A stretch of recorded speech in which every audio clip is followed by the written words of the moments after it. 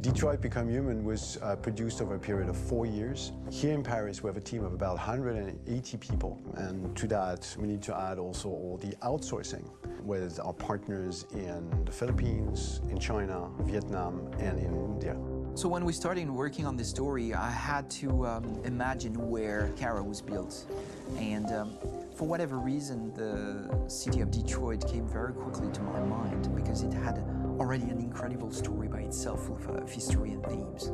So we traveled there with the team and we were really moved by what we saw, and we could really feel the desire to fight and really be born again. And we just continued this curve, this growth, and just imagine what Detroit would be like if the android industry was, using these huge factories to build androids there. A very strong element in Detroit is that there's a lot of industrial wasteland and a lot of nature too, and for us, the graphic designers, it was an incredible playground. The destroyed zones which we wanted to preserve, we appropriated them to turn into something else. Then in the areas that needed to be rebuilt, we were able to imagine our Detroit of the future. We didn't want to make a science fiction universe, but a world of anticipation. If we chose science fiction, we could have imagined flying cars, extraterrestrials, but those things are very far from our current everyday life.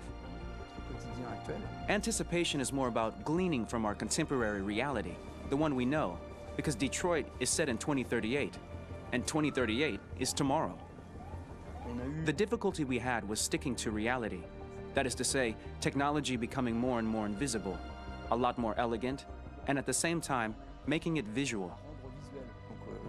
So all the computer equipment, autonomous cars, we simply had to invent.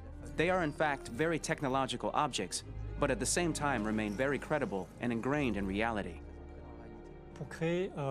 To create a cohesive universe in the fashion and clothing of the human characters in 2038, I didn't want to put an accent on strange shapes, or really vibrant colors, and things we wouldn't know. That I wanted to keep for the androids. The goal was to create something familiar which we can identify with in this future setting. Working on the artistic direction for the androids was a bit special because this is a project about the place they could occupy in the human world. It was out of the question for them to be too beautiful or too perfect. They had to correspond to every social class, rich and poor. Inspired by everyday utilitarian clothes, I brought a modern touch by adding dynamic display surfaces, the armband we can see on the side, the triangle on the front and back, an LED. Like that, there's no confusion. Wait. You're sending an android? All right, ma'am. We need to go. You can't do that. Why aren't you sending a real person? Once we cast the actors, we travel to meet them in order to scan their faces.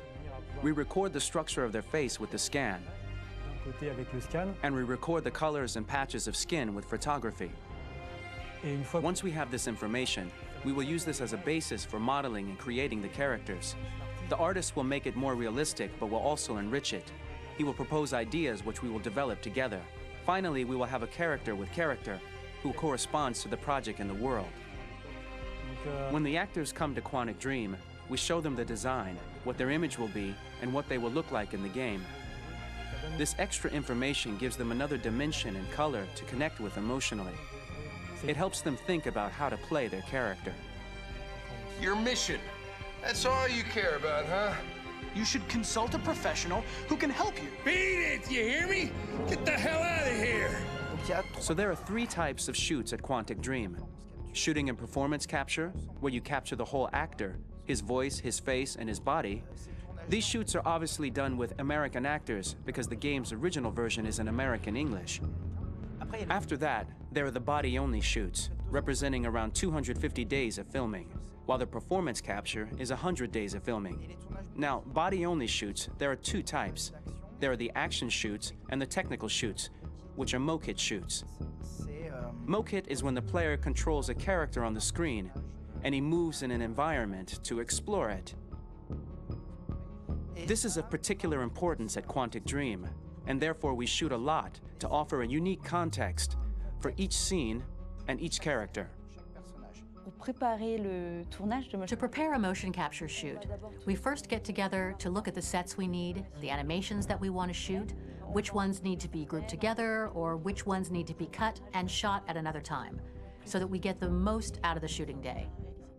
This often means shooting scenes out of order, especially those with big props or accessories, like a big car, for example.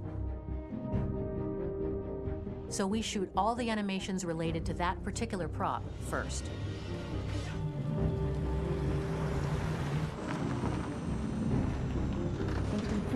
The biggest challenge for the mocap team was shooting a Spider-Man mo-kit. We had to build a wall and attach an actor to a harness with cables so we could pull him up and render him climbing. The shooting on this game took about, I would say, more than a year, maybe 1 and 2 years, with about 300 actors on set. So it's quite a massive production. But so much happened on this set between the stunts and the shootings with a little girl and all these great actors that we had. It was really a very, very memorable journey for the team and for myself.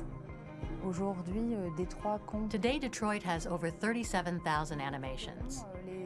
When we retrieve the motion capture data, it's just a cloud of points, which represent all the markers worn by the actors. From this cloud of points, we have a phase called retargeting, which gives us a skeleton. This skeleton will be applied to the characters of the game. There is still work to be done, but this gives us the main movements. Since we are working on something very realistic, we must recognize the actor and also recover all the emotion he expresses in his performance. We use a system of facts, an identity card for each actor. We make the actor do a whole range of facial expressions. Then we recover all the expressions and paste the animations on a puppet that Jan has prepared. I then recover and refine these poses. I might stretch the lip, reinflate a cheek, tiny details that make the finished product really capture the actor. Because of the nature of our mocap system today, when we receive the animations, we're missing eye movements, and so the character has that dead look. He really has no eyes, so then it's a big part of the work for the animators to find the regard of the actor in relation to his position, in relation to the body, etc. It was crazy when I saw the newest model for Kara, because they've been working on it, and this was the first time I literally jumped in my seat. It not only looked so much like me, it was the fact that it looked so lifelike. It wasn't that it looked just like it was a camera, it was something else, you know, but it looked alive. It's exciting, and it's kind of terrifying.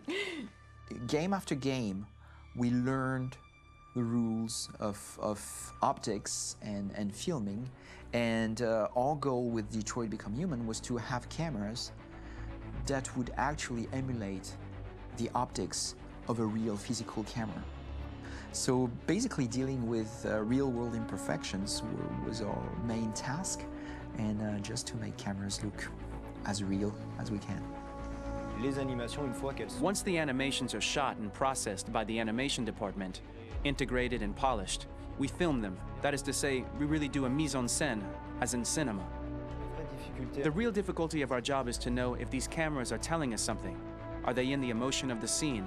Do they describe exactly what the action must convey, what must be felt?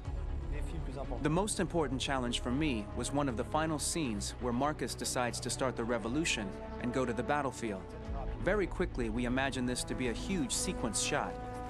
We wanted the feeling of a cameraman running behind us, while showing Marcus, the androids who help him, the person shooting at us, etc. Above all, it was necessary to say to oneself, this scene is very violent but does not glorify war. On the contrary, that war is something improbable and absurd. It was really a fun challenge. The idea was to say we have 3 characters. We would like each of them to have a specific cinematography. We wanted Kara to be much more filmed with some kind of handheld camera, to have something very living, very breathing. For Connor, we wanted something very cold and very perfect. And for Marcus, we wanted something epic and spectacular. So it was about the filming, but it was also about the photography. So we worked with a director of photography to give each character a different lighting, different key colors. Each of them would have their own worlds. And finally, we worked with the composers, so they would create a specific sound for each character, so each would have his own world and his own style.